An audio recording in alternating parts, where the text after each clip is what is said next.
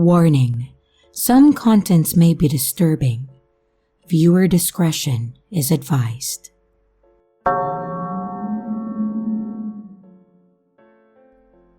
Honestly, my story is not too bad, though I would still rather never meet this person again.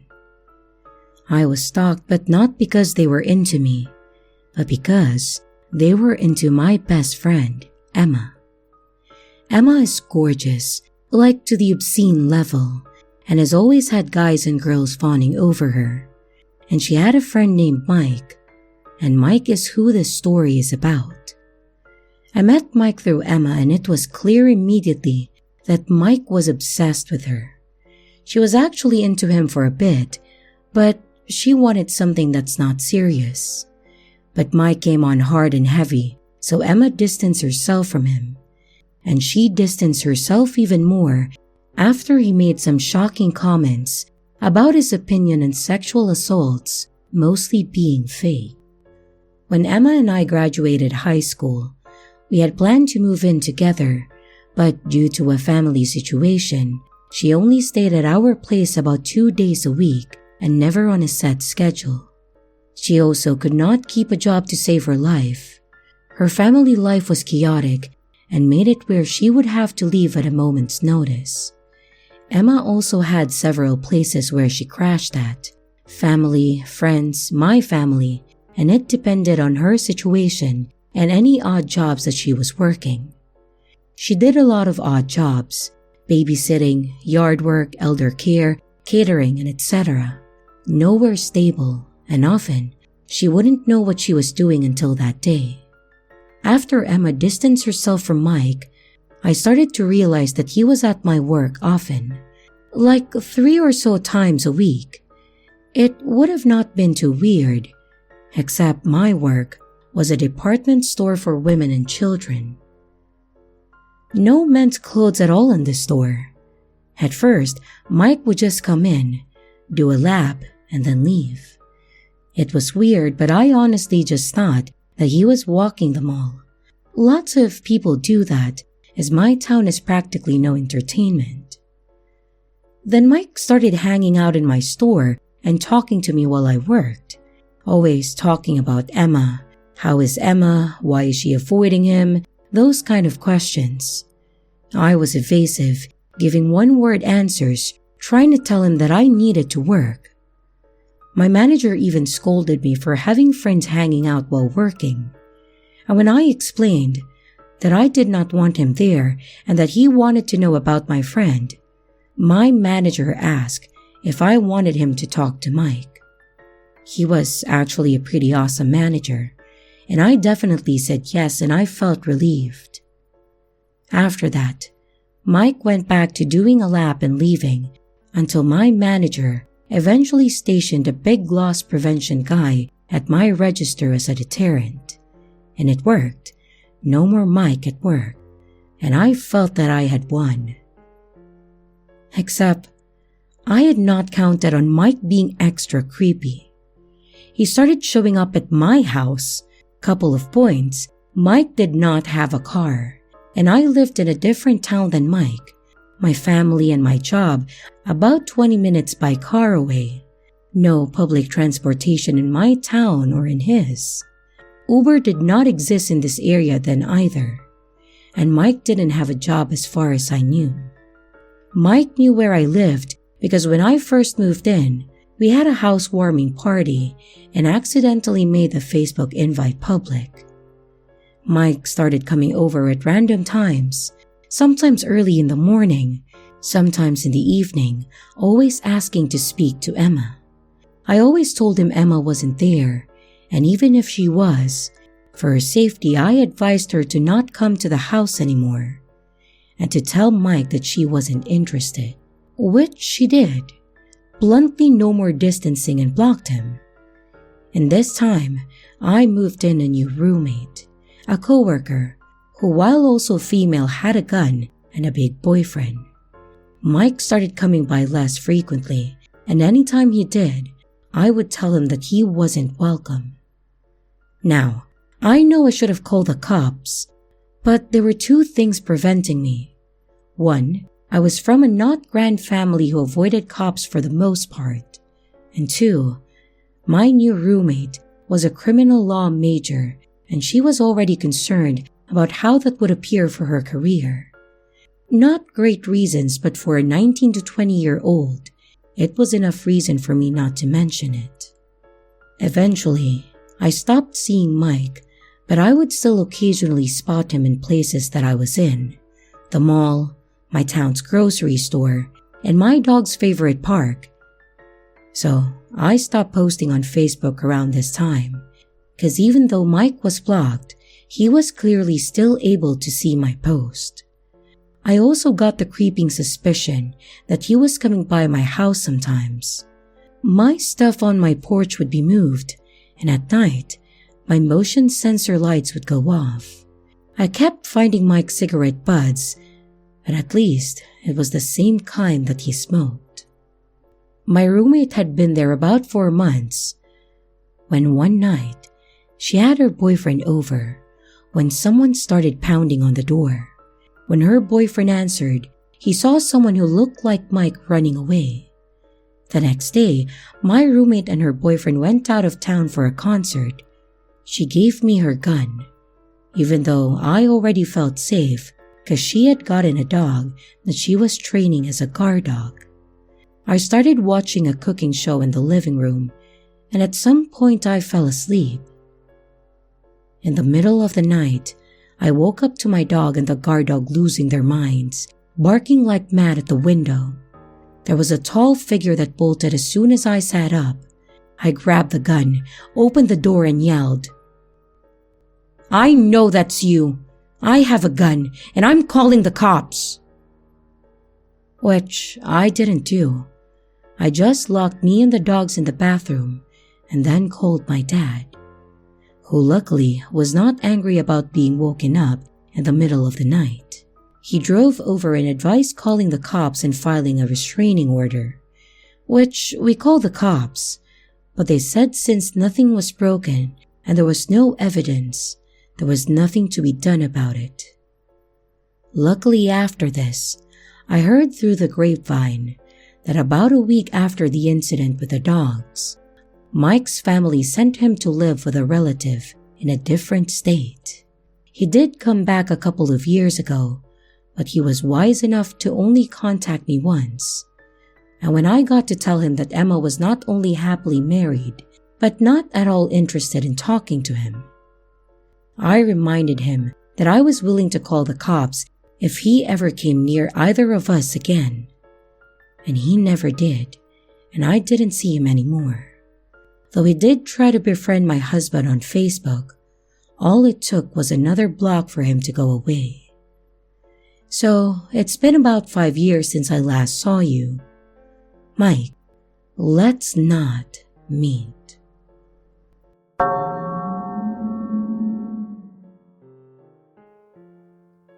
When I started high school, I feel I had some pretty close encounters due to my naivety. I'm a female and had very poor self-esteem, so while I did have some close friends, I was also quiet and reserved. However, as I was going into a new school, I wanted to put myself out there more. I wanted crazy memories with my friends. I wanted to try new things and maybe get my first boyfriend. So in order to do this, I wanted to change myself so I could be happy with who I was.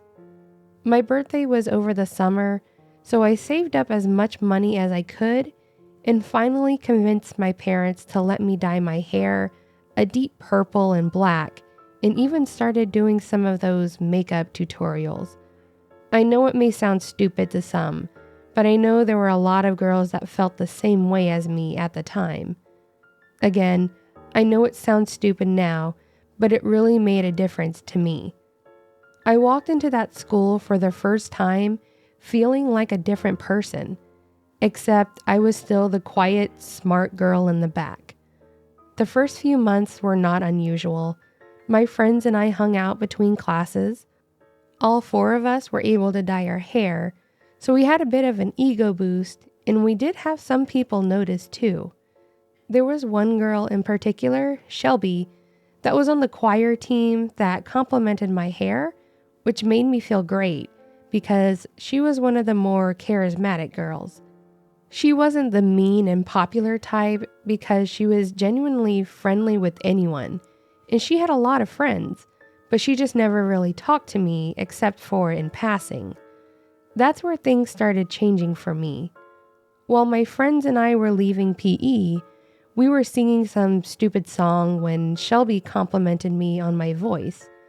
She was in the same class, so she could hear us. She said I should try for choir next year, which I never would have thought about being the person I was. From there, she began talking to me more. I would help her on assignments in class, and she even brought in her makeup once to do mine before first period. We started hanging out outside of school and became pretty close friends. Me hanging out with Shelby also meant I was around more guys than just my brother and his friends. The ones she hung around started paying attention to me, and I didn't dislike it. It was different and something I wanted out of high school. One night, Shelby was staying over at my house and helping me dye my hair again. While we were waiting, we started messing around on my laptop. She showed me her Facebook page and a few other sites that she would go on, and showed me another website that I had never heard of before. To explain it the best I can, it was supposed to be like a blog targeted towards teenagers as a safe place to talk about your concerns, fears, things like that. You could vent there or just share your creativity. It was all text-based, so you couldn't send or receive pictures. Shelby posted a lot of lyrics to her favorite songs or poems she wrote. She said there was a private message option, which was like an email, but still no media could be sent or received. She said she used this a lot since her parents monitored her email too. So I followed and set up an account as well. She helped me set up her personalized wallpaper and bio, and pretty quickly I had a lot of supporters, which were like friends or followers. I started using this daily. I would post music lyrics, poems, or songs I wrote, little tidbits about my day, and so forth. I even tried helping others that were not in a good state of mind when I could. It almost became like a job for me. That was the problem, though. I do admit I had been told by teachers on a few occasions to put my phone away, and once had it taken away by a teacher. It was my English teacher. He was weird in the sense that he was always cheerful to talk to, especially when we first got into class. If you needed help with something or needed more time on a project, as long as it wasn't abused, he was willing to help. But if you interrupted him in even the slightest during lecture, he seemed to come unglued. He would slam his hand on a desk, do that ear-piercing whistle thing, and I, unfortunately, got caught on my phone and he took it from me. I had to get it back from him at the end of the day. I was more careful with having it out, especially in his class. Going back to this site, other than what it was intended for, some people used it to set up fights. It unfortunately was not blocked on the school's network, so when one larger fight took place, they were able to check the history under their logins and see this site. Because of this, the site was blocked from the school network, and the teachers were not very well aware of this too, and started monitoring harder for phones that were out. I was not a fighter, so I never used it for that. But I did on occasion have a few guys on there that I talked to and flirted with. There was even a new section added where you can give people virtual gifts for points, which you earn for doing certain tasks, such as logging in, making a post, things like that. The gifts can then be sent with a name, or you can send it anonymously. I got a few from people I knew, but then I started getting ones weekly that were anonymous. I thought it was cool and showed my friends to gauge if they were doing it. They claimed they didn't and were just as excited and curious as myself to know who it was. I figured if not them, maybe it was a mutual friend, or maybe I really did just have an admirer. So I made a post about it, saying something about how I appreciated them. The next day, I got a response from a username I wasn't familiar with, saying it was them and that they were happy I liked them. My friends didn't recognize the name either, so me being me, deduced it as someone who did actually like me. From then on, they would reply to all my posts with a compliment on it, then would call me beautiful, gorgeous, etc. I really didn't mind it for a while. I started getting private messages from the same person saying I was perfect for them. I tried asking who they were, but all they would tell me was that they went to the same school, but were too scared to approach me. I tried to convince them to, but they always refused, but the messages didn't stop. Hello, beautiful. Good morning, princess. I hope my goddess has a great day. I remember the messages like that because they creeped me out to this day, and I have troubles with hearing it now. This went on for a while, but it started getting old. That's all they ever did, so I started ignoring it. I don't think they liked that though, because they began to beg me to acknowledge them, and they finally got that when the messages became more explicit and vulgar, started talking about my body and what they would do to me. I still didn't have a boyfriend, so I didn't even know how to react to that. So I just decided to block that person. After about a week or so, I started getting the same type of messages from a new name, so I immediately blocked it too. Thinking they may have gotten the hint, I moved on as normal. Towards the end of the semester, PE then had swim classes, and since it was my last period for the day, sometimes I would just walk home in my swimsuit and cover up. By the time I had gotten home and showered, I had messages from a new person that specifically mentioned my swimsuit and something along the lines of how it was hard to resist not snatching me up from the name of my street. Now, this made me panic a bit because now I am really being followed and they know where I live. I just sent them a message saying to leave me alone and blocked them again. They didn't stop. I can't tell you how many more this person made and how many more messages I would get where they just got worse and worse. They would describe what I was wearing or where I was when they saw me, what they wanted to do to me, and even kept saying they were going to take me away and kept putting the date and counting down the days. April 17th. I hate that day now. There's always something there that makes me think I need to watch my back on that day. This all started to crash down when we were in study hour and Shelby asked me about going to her birthday party, and it was going to be the weekend of April 17th. I lost it. I felt horrible, but part of me thought it was her screwing with me this whole time, and I started yelling and crying. The teacher walked me to the counselor's room where I told her everything that was happening. My parents were called in and they called the cops to have it all reported. They weren't upset that I hadn't told them about it, but were more so concerned about finding out who did this to me. Since they thought it was a fellow student at first, and they knew the students had access to the site at the school, they began trying to trace back the usernames that were messaging, so I had to go back in and unblock those names as well. To my surprise, they were eventually able to find out who had created those and who was messaging me. It was our English teacher. This sick freak was messaging those explicit things to me, and after checking his computer, they found out I wasn't the only one. He was definitely arrested and is in prison now. The website is gone too. It only got worse from there, and it ended up being shut down, thankfully. I wouldn't wish that on anyone. Feeling like you have to look over your shoulder everywhere you go is just an awful way to live. And parents, no matter how much they may hate you for it, monitor what your kids do online. You have no idea some of the things that can and do happen right under your nose.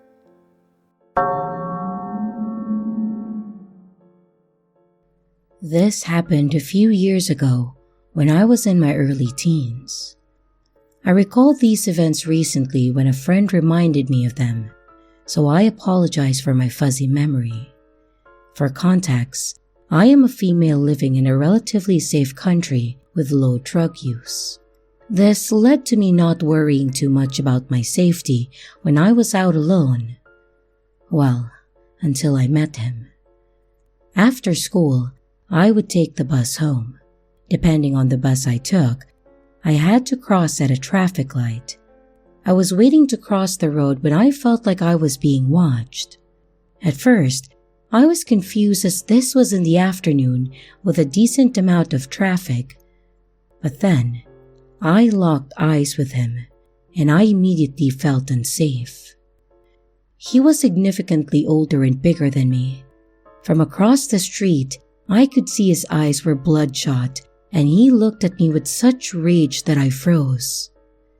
Then, he started walking toward me through the rush of cars, almost getting hit in the process. This did not stop him. It only made him angrier, and he moves towards me faster. This snapped me out of my shock, and I walked as fast as I could away from him without running. I was convinced that if I ran, he would start running after me. I never imagined myself in this situation and panicked.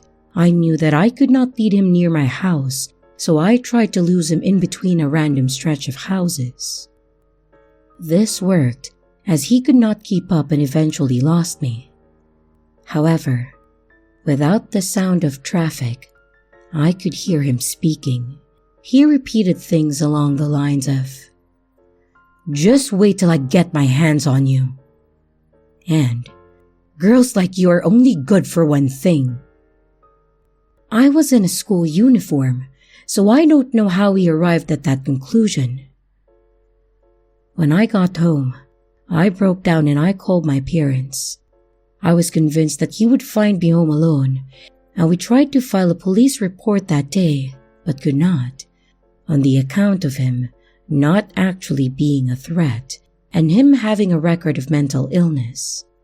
I found out that he lived near my neighborhood, which made me even more uneasy.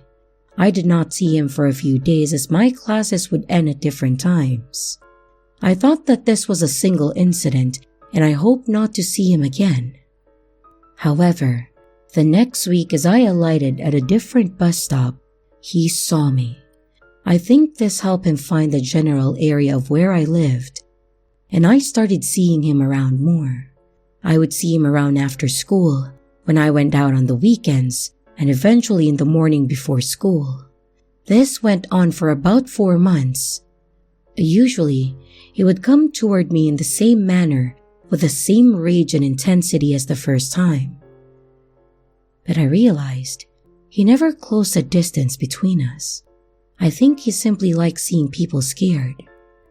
My parents again tried to gather evidence of the stalking to take legal action, but it was brushed aside. They then tried to find the man themselves to confront him, but strangely, he never showed up when they were around. I believe he watched me, and he learned my schedule, as he would appear at places where I should be, but only show up when I was alone. What still scares me is that this makes him seem more intelligent than the authorities believe him to be. And I thought this nightmare would never end, but one day, he just disappeared. No one saw him for a couple of years, and in that time, I pushed the stalking out of my mind. However, I crossed paths with him near my house 2 years ago, and I don't even know how to describe the exchange. My mind literally went blank, and I don't remember most of it. It was his voice that I first recognized, and what happened next was a blur. I can only describe it as a fight or flight response. The years' worth of anger and fear took over, and my mind literally blanked out. He locked eyes with me and started coming towards me the way he used to. Except this time, instead of trying to get away, I went towards him. This, I assume, caught him off guard as he froze. I have no recollection of doing so, and the only thing I can remember is physically shaking and feeling cold from the anger. I heard myself yell something at him, but I don't process what it was. He then refused to make eye contact, and I watched him walk past me. I saw him once again after that, and he simply ignored me. And thinking about it rationally, I know what I did could have ended badly, but I really don't know what came over me.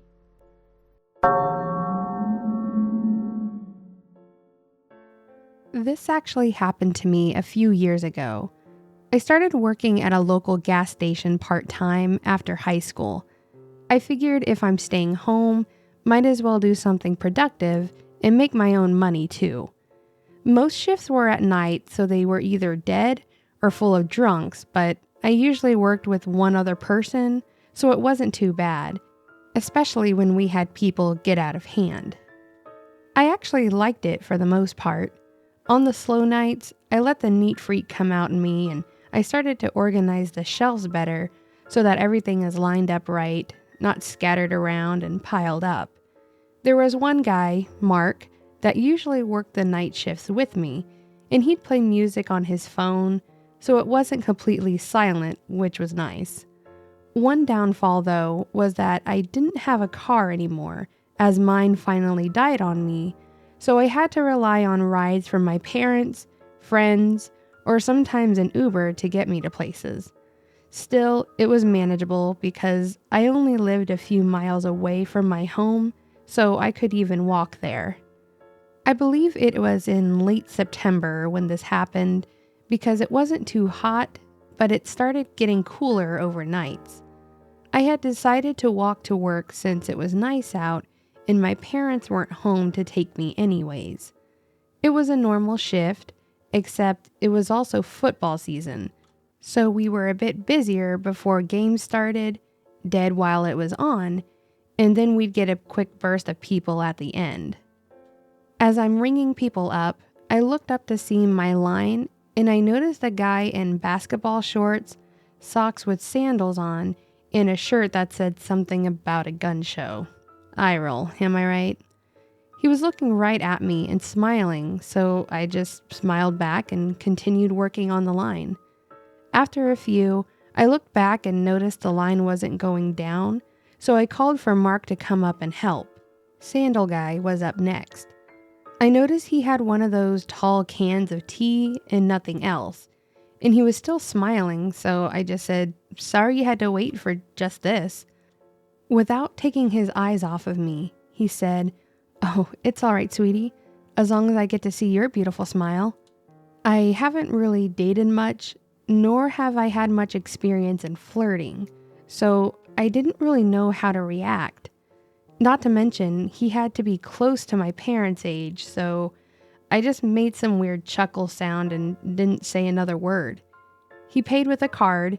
I handed him his receipt without saying another word to him, and he said, "Good night, sweetie," and walked out. I didn't have time to process what happened as I had a few more people in line, so I just continued until we cleared out again. When I was done, I was about to ask Mark to help me with something when he said, "Oh, sure, sweetie." He was a nice guy. We never had problems with each other, so I knew he was teasing, but it snapped me back to that when I started laughing and asked, "So you saw that too? Was that not weird?" He said he thought the dude was weird, but the flustered side of me was adorable. Funny to him, but I didn't know what to say, and the guy was just off, so none of that was enjoyable. Our night went back to normal for a while. He was in the back again as he did some of the bookwork while I was messing with the shelves. We were kind of shouting back and forth about something that we were both really involved in when someone came in. I started walking back around the corner when I noticed it was Sandal Guy again. He noticed me and waved, so I waved back, and he started quickly walking towards the coolers in the back. I quickly made a comment to Mark about him being there and just waited for the dreadful checkout. He walked up to the counter and said, "I forgot to get gas." If that was the case, why did he walk to the back? I just smiled and rang him up. As I handed him his receipt, he made sure to reach further in to touch my hand and said, "I'm glad I decided to stop here tonight," and smiled as he shook my hand. My hand was limp because I wasn't interested in this at all. At this point, Mark had walked out from the back and said, "Hey, Kate, my part's done. I'll take over." Thank God. I pulled my arm back real quick and dashed to the back and waited. I didn't hear another word from the guy, but I heard the bell on the door, and then Mark walked to the back. He said when I turned around, the guy cocked his head like he was trying to look at my ass when he walked in front of his view. He said when he noticed this, he grabbed his candy and dashed out the door. Who does this right in front of people? Anyways, the rest of the night was okay again. Had some lady come in singing and got Mark to sing, so that was funny. So we were having a good time. It was getting close to closing, so Mark had taken the trash out back so he could smoke, and I was up front again reading a magazine. To my surprise, Sandals walks in again. It had to show on my face that I was not okay with this, but he again immediately smiled and was looking around quickly like he was trying to find something. That's when he grabbed another candy bar and said, "For you, Catherine Lee. I can't stay away. Can I give you a ride home so we can talk?" I was shocked. My name badge says Kate. I don't go by Catherine or my middle name, so how would he have known that? I didn't know how to reply, so I just said, "No thanks, I have a ride." To which he said, "But you walked here, right?" How would he have known that? I just told him I had a ride and he wouldn't stop, saying he wanted to get to know me more and take care of me. I remind you, I was around 19 years old, and this guy could have been my father. I tried cutting him off to ask him if he was going to purchase anything when he tried to reach for my hand again, and I pulled back. At this point, Mark walked back in right as he started pleading. Mark immediately walked over to the guy, telling him he needed to leave. He started shouting as he was being pushed out that he'll wait for me. Mark locked the door and made sure I was okay, but I was just more shaken up than anything. He had me doing some other things from there, like more organizing, stocking anything that was empty, and mopping while he watched the door. He would unlock the door to let people in, then lock it again. At closing, he was finishing the last thing, so I had pulled out my phone and opened Facebook when I noticed I had a friend request. It was Sandals guy. That's when I figured out where he knew my name from and also realized that my address was on there. I told Mark about this and he suggested he take me home. I did not refuse either. As we left, I was looking around to see if he was waiting, but I never saw anyone. As he was driving, he tried to loosen up the tension and joke with me, but I think we were both worried about it still.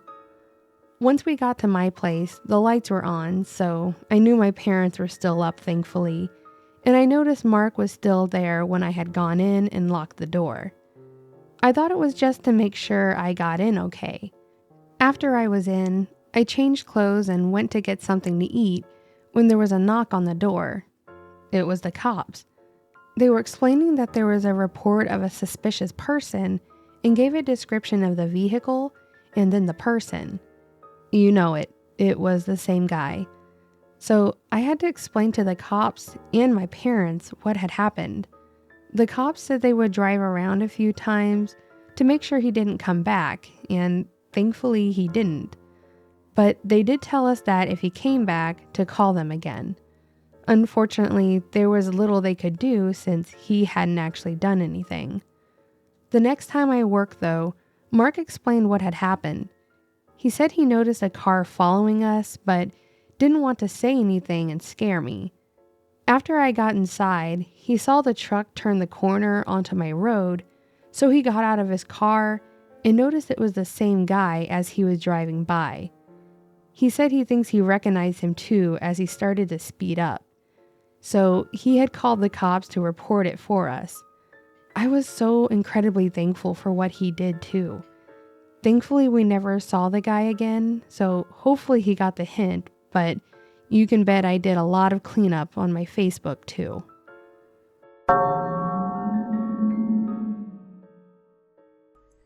This story began when I was 19 years old. I was living in a large Canadian city. I had graduated high school the year prior, and I was struggling to find a job while deciding what I wanted to study in college. For context, I was living in a crowded neighborhood, and just a 5-minute walk up the street, you would reach a busier road with lots of little cafes, small markets, pharmacies, bars, restaurants, parks. Pretty much everything you needed was nearby, and everybody knew everybody. My father spent his retirement days taking a walk up the street to meet with his buddies at a bar. One of his close friends worked as a janitor at the pharmacy just across the street, and due to his troubling back pains, he offered me a job to help him clean the building after hours to help ease the pain off his back, and he would pay me cash every week.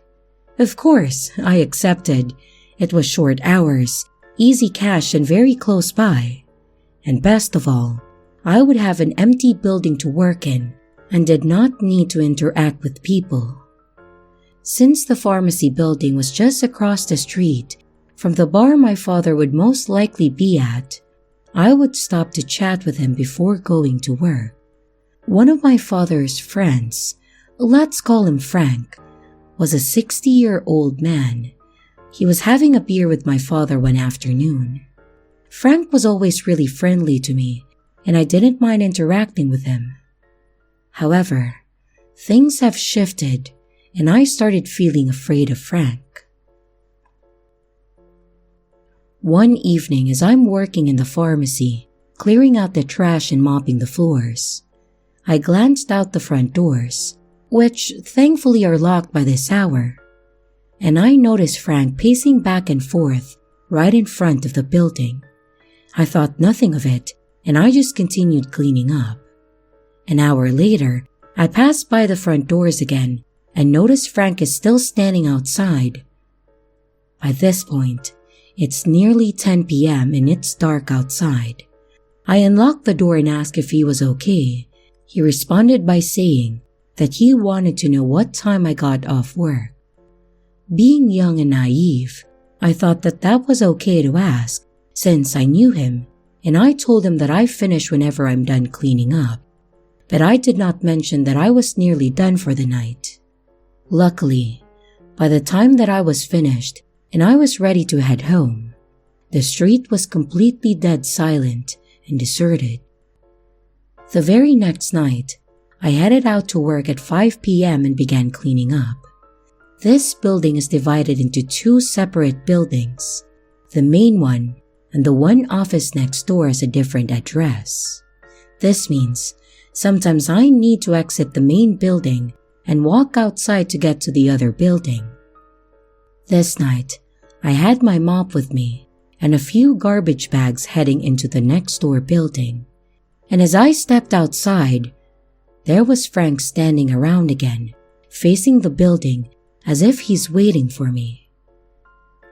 I felt uncomfortable and a little bit afraid. He tried talking to me, but I can't remember what he was trying to say as I was too confused and I was just hurrying over to the next building. I got inside and I locked the door right behind me, leaving Frank outside. It was a small office building, so I was done within 30 minutes. And as I headed to the door to head out, Frank was still standing there. I did not want to leave until he was gone. And at some point, my boss calls me on my cell phone to ask why I was taking so long. And I couldn't help but explain to him that Frank, which is also his friend, was standing outside waiting for me. And a minute later, I heard my boss come outside and yelled at Frank to leave me alone while I'm working. Thank goodness. I finished my work for the night and I peeked out the doors to see if the coast was clear before heading home. I was relieved to see that not a single person was out there. Then again, it was beyond 10 p.m. I walked up the street to wait for the crosswalk to turn green so I can cross and head home. And as I am waiting, I hear someone behind me. I turn to see who it is, and sure enough, it's Frank. I wanted to cry of frustration and fear. He approached me and began a normal conversation, pretending that he wasn't being creepy at all. He was telling me that he wants to take me to the movies that night. I laughed and I was too shy to tell him to F off, and I said, "What? It's late already." He said it's okay, that there are movies that late at night anyway, and insisted that I went home to change, meet him back at the corner, and he would take me to the movies while he waits there for me to come back. He asked for my phone number, and being too scared and stupid, I began giving him my digits. And luckily, I snapped back into focus mode and changed the last 2 of my digits. I pretended to go home to change and then to meet him later. I hope he waited there all night because I went to shower, I got into bed, and I went peacefully sleeping. A few days later, I went up the street to visit my dad at the bar before my next shift. The store connected to the bar and had a shoe sale going on, and had set up a table full of shoes outside to attract more customers. I walked past, not interested anyway. But there was Frank, just outside the bar. He stopped me and guided me to the table full of discounted shoes and said he wanted to buy a pair, whichever one I liked. But by this point, I was fed up and ignored him, and I entered the bar. I approached my dad and he noticed Frank talking to me outside and asked what we talked about. I was too embarrassed to tell him the truth, so I said, "Oh, nothing really." And right after I answered that, Frank was standing at the doorway of the bar talking to some guys, and my blood started to boil, and I ended up telling my father the truth instead. Actually, he offered to buy me a pair of shoes. Absolutely enraged, my father stood up tall in his chair and gave me a look of, "What did you just say?" And I then told him everything. Frank has been waiting for me outside of work too, and then he tried taking me to the movies late at night one night. My father did not even waste another second. He walked up to Frank and right away punched him right in the neck in front of a crowd of people. "Don't you ever speak to my daughter again. Don't you ever approach her, you son of a bitch," he yelled. Frank was shocked, apologized to my dad repeatedly, looked me right in my eyes and apologized to me, and then he walked away. I thought that that was the end of it, and I hadn't seen Frank anywhere for a few weeks after that. And suddenly, my father started going to a different bar, just 10 steps away from the first one. It was a much darker, quieter, and really just depressing looking bar. The further in you go, the darker it gets. My father and I sat at a little table and started chit-chatting, and from the top of his shoulder, I noticed a man sitting in the far end of the bar in almost complete darkness. I knew it was Frank, but I did not panic, nor did I mention it to my father, because I knew he was staying away after being throat-punched in public. Eventually, my dad moved to sit at the bar instead of the table, so of course, I followed. Frank then sat a little bit closer to us, still keeping a distance though. And after starting to feel uncomfortable from Frank's stares, I asked my father, "Can we sit at the front of the bar? I just want to be closer to some sunlight." He agreed, so we moved again to the very front. A minute later, Frank changed tables again, closer to us once more, and he looked really angry and revengeful. I can't explain it. He just looked very pissed off, unlike the Frank that I knew beforehand. After a while, we decided to head home. It was a 5-minute walk for me, but my father, being elderly with physical issues, he needs to take a few breaks here and there to rest his back and then catch his breath again.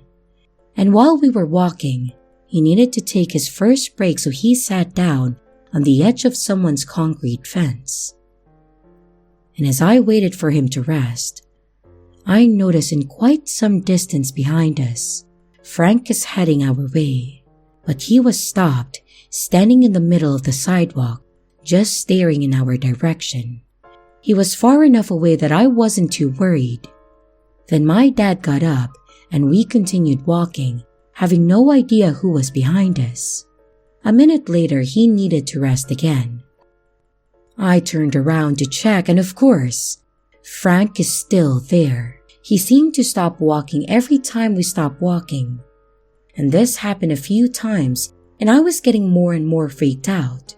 Frank did not know where I lived, and even though I lived so close to work, where he was stalking me, he never really followed me home, thankfully. Well, until that day. We got really close to the house now, and Frank was catching up behind us.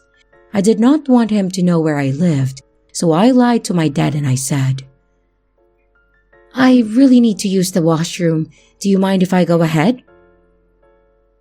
Of course, he had no problem with that, and I hurried up home. I wanted to get inside before Frank saw which house I went to, and I immediately went up to my bedroom window, which faces the road we were on. This is when I noticed that my hurrying home makes no difference because Frank could just wait and see which house my father goes into. And as I'm watching through my bedroom window, I saw that my father noticed who was behind him. He yelled at him to F off. I guess my father protected us also and stood there until Frank went away beyond him so he doesn't see where we live. After a while, Frank very slowly walked past every house, and my father standing a dozen feet behind him, waiting for him to leave. He looked at every house trying to see if he could see me through a window. I was well hidden, and he would not have seen me, and as he continued making his way down the street, he got so frustrated that he started punching himself in the head a few times. I can't help but wonder what his plan was if he was so angry and following us home that day for the first time with a face full of rage. That was the last that I ever saw of him before I learned years later that he got severely mentally ill and was put into an institution. So Frank, let's never ever meet again.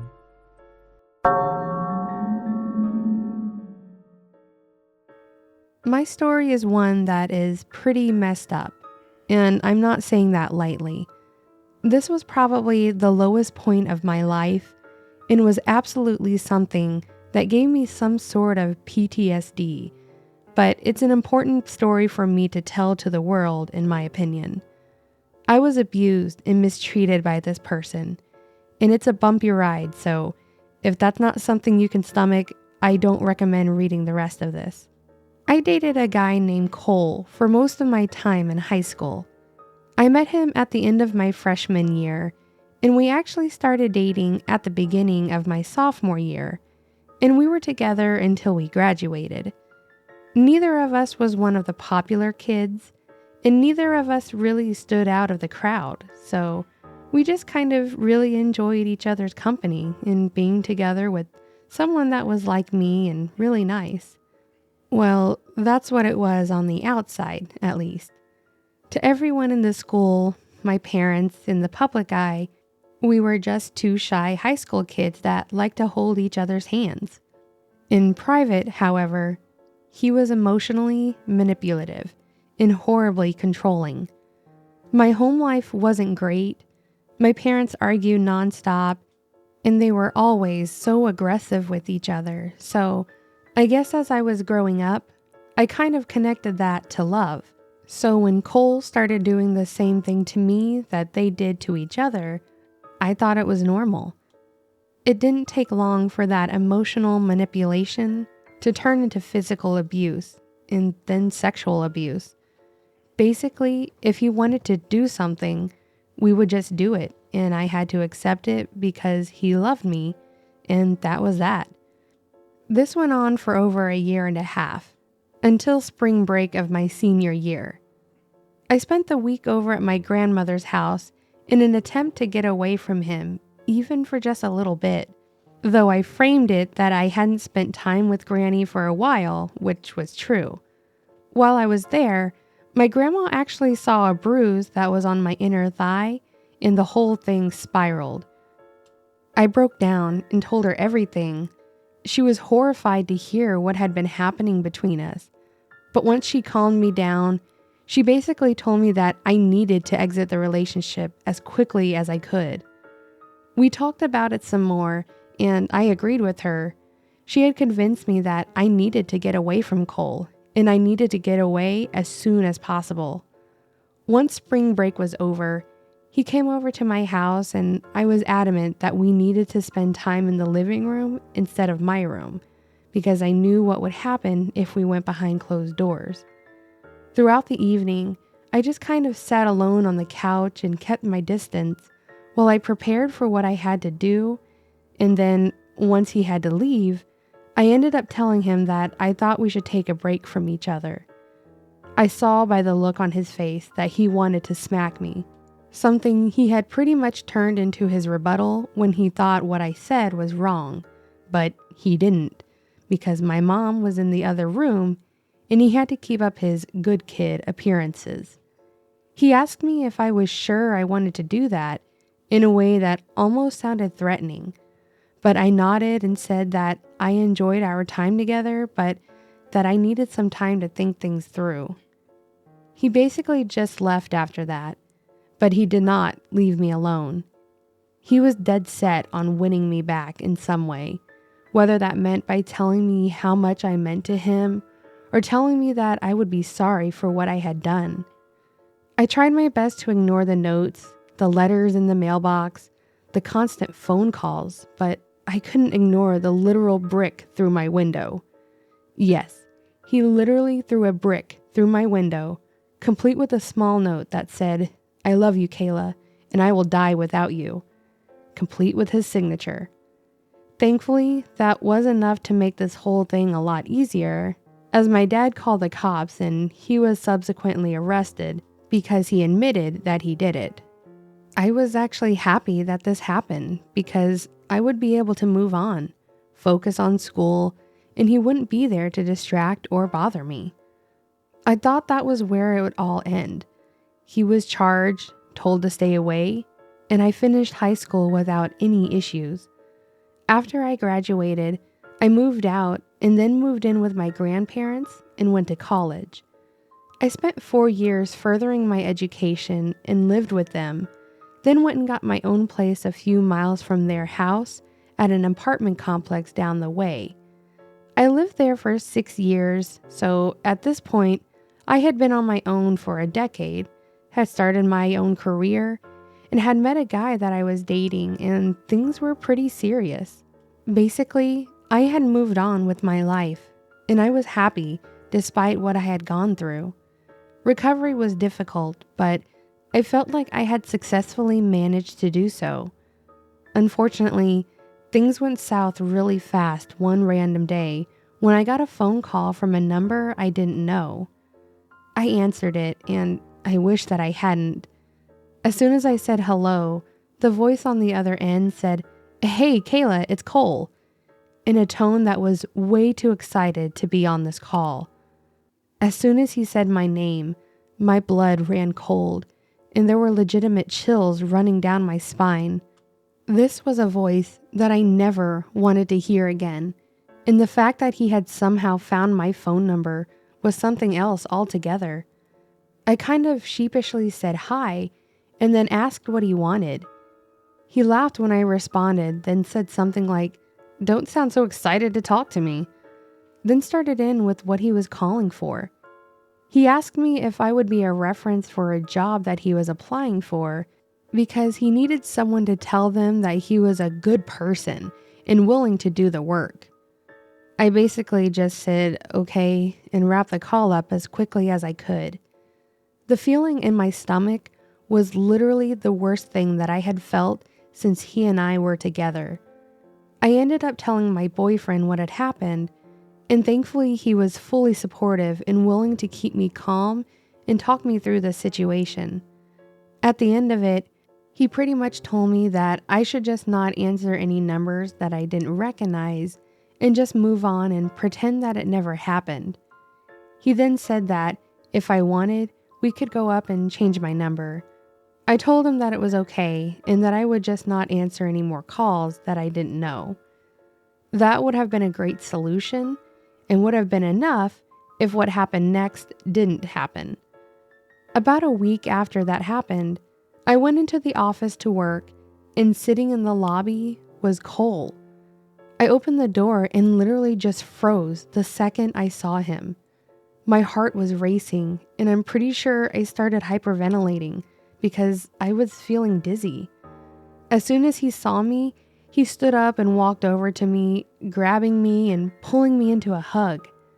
I had no idea what to do. I just stood there, frozen, with his arms around me and not letting go. I wanted to cry. I wanted to throw up. I wanted to literally just stop existing. He was talking in my ear about how much he'd missed me since high school, how happy he was to see me. He said that he was there for an interview to work in the IT department, which was the department that I worked in, and said that he was so excited that he may be working with me. Then what he said made my heart stop. It could be just like old times. As soon as he said that, I immediately pulled myself away from him and walked away as quickly as I could to go and talk to my manager. I walked into his office and I knew that he could see something was wrong because he stood up and asked if I was okay. I let loose, asking him if there was someone named Cole that was there for an interview. He told me that he was, and that he was there to interview for a position that was on our team, and then asked if I knew him. I explained everything to him. I pretty much just dumped the entirety of my trauma on him and told him that Cole was the cause of it. He then followed that up with saying that he would keep that in mind and asked me if I had a restraining order on Cole. I knew what this meant. It meant that he did not care and that he was going to proceed as if I never told him any of this.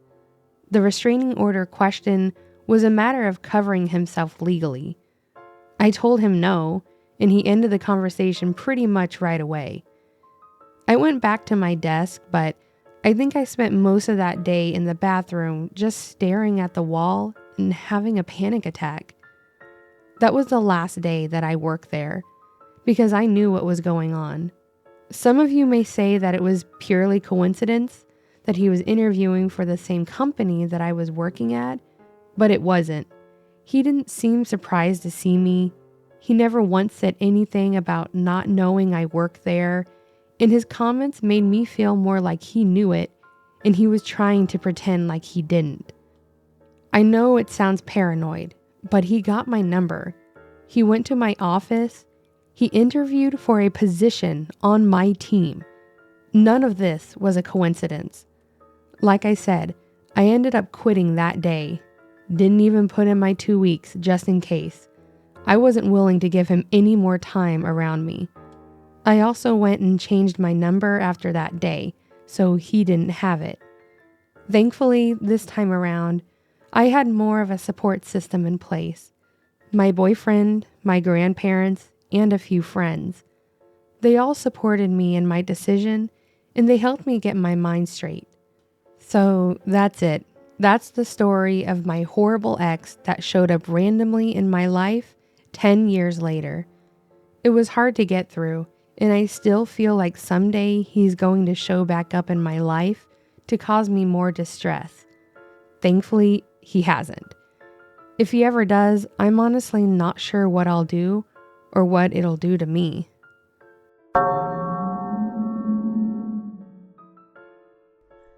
I was always an extremely small and sickly child. I look young for my age, and my family and I lived out of town, about 8 miles out. Our little community was next to a highway. The school bus would drop me off 2 blocks away from home. One day, I noticed a red truck following slowly behind me. So slow that I figured they were just looking for a house or something. I ignored it, and I walked to my house, and that was the end of that. Consistently, this truck would follow slowly behind me, and after a couple of days of this, I walked into my house and I looked out the window. Inside there was an older man in a black lab. He was staring at me, idling inside his truck, and then he pulled away. I decided that enough was enough. I told my parents, and of course, my sister was quick to jump that I was lying, but my mom thankfully believed me. She drove me to the bus stop the next morning, and the red truck was there, across the street at the gas station, pointing towards the bus. I got on the bus and my mom decided to drive around the truck. She described the scene. The man was disheveled and dirty, hunched over in his seat just staring at the bus. His license plates were caked in mud, so she couldn't make them out. It freaked her out so much that she called the police and the school. I went to school and I was quickly pulled into the office, and the man had been spotted at the school waiting in his truck. That day, I rode the bus home. This time, the truck was parked alongside the street. That means that I would have to walk past this man's driver's side door so that I could get home. I debated considering running for it. But apparently, this man was getting desperate now that he was spotted. A police car showed up and I talked to the policeman. They went to go to talk to the man and he quickly pulled away from the curb and took off down the highway. I never saw him again, and I don't believe he was ever caught. But because of this experience, I am extremely guarded and paranoid with my own daughter and her soon-to-be sibling. The world is a terrifying place these days, and children go missing so easily. I don't like to think about if I had been grabbed, I wouldn't be here typing this, and my kids wouldn't exist. I was lucky. Many children aren't. So, stranger, with ill intentions, let's not meet. And here are the top comments for my last video.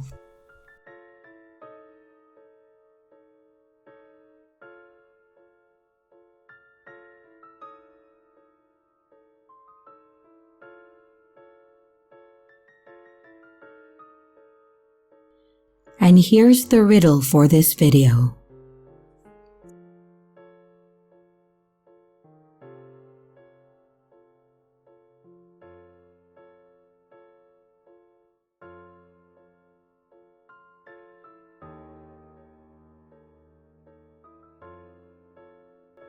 Hello everyone, it's your creepy sister here.